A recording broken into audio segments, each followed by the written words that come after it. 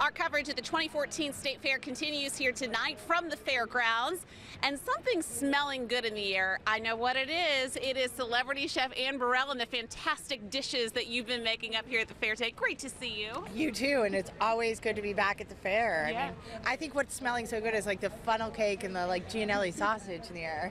So a Cazenovia native, you're back in central New York, bringing your delicious dishes here. What are we cooking up at the fair today? We are making Girl Chef's grilled lobster. It's a recipe from my second book, Own Your Kitchen, and it's lobster, but it also features good old-fashioned central New York corn and tomatoes and some onions and all that kind of stuff. So I tried to take 1 foot out of central New York, but then always planted firmly back here. All right, and so food has sort of always been part of your life, right? Like from the time you were little. It's hard not to have it be part of my life. I mean, I grew up in Cazenovia. We had a huge garden. My mom still is an amazing cook. I mean, it's just always been part of growing up and in central New York with so much deliciousness.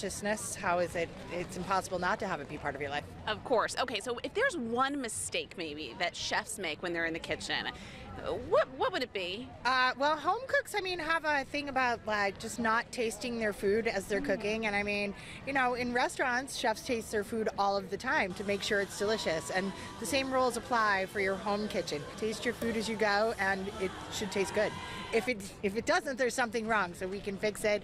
But you can't just present it at the table and be like, I hope it's our right method of cooking, because it probably won't be. So it's okay to go off the recipe a little bit if you think it needs a little more salt or another spice. Of course, but taste and cook to your palate.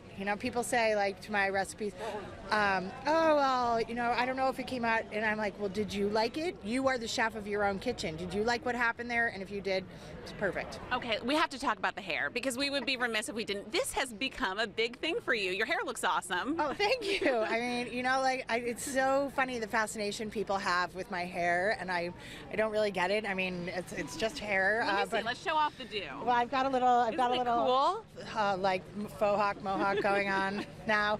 But people come up and they try to touch it, and I'm like, don't touch my hair. But I would never go up to someone else and be like, let me just touch your hair.